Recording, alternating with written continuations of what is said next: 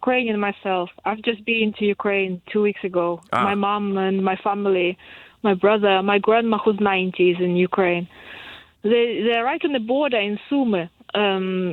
Lots of it's where the Kursk incursion is coming from. Yeah. Lots of soldiers everywhere.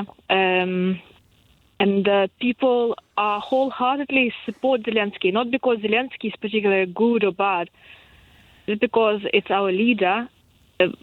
We need to be staying united at this time. And I just want to say Americans and sometimes people who call LBC in Britain, they don't give us enough credit, Ukrainians.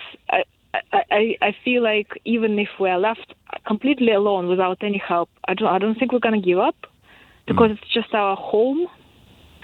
And the person, you very rightly picked up on his accent, saying where is the accent coming from, and the fact that he wouldn't say. He was saying that, and Trump said that. Trump said there are Russians and somehow Putin and Russians had reasons for invading, and it could have been prevented. Zelenskyy could have. It's so Zelenskyy who could not start this war. He had 3 years of negotiating, and that there are Russian population in those regions of Ukraine that Russians somehow came to save or help them. You look at those towns. Look at Toretsk, Avdiivka, Bakhmut. It's a rubble. There is nothing left there. That's not how you save people. We hosted.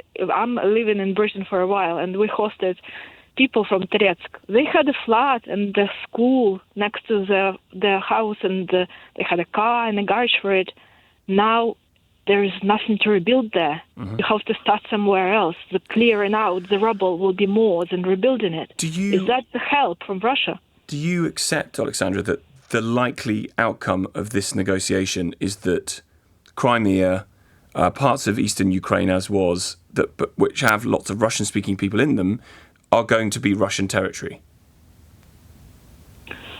Unless we take it back militarily. We have lots of drones now. We are in Romania. They're going to have some kind of NATO. But I guess that means a never-ending war, doesn't it? That means they'll always be fighting unless and until Ukraine retakes Crimea, which I can completely understand why you would want that to happen. It's your country. You were invaded in 2014 and again in 2022.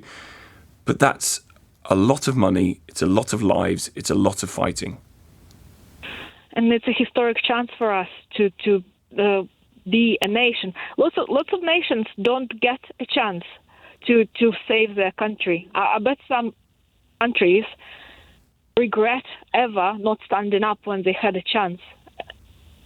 And we've been waging this war for the past 400 years, where there was a Polish wanting our land and our resources, our nation, our human resources. Russians, obviously, and Turkish.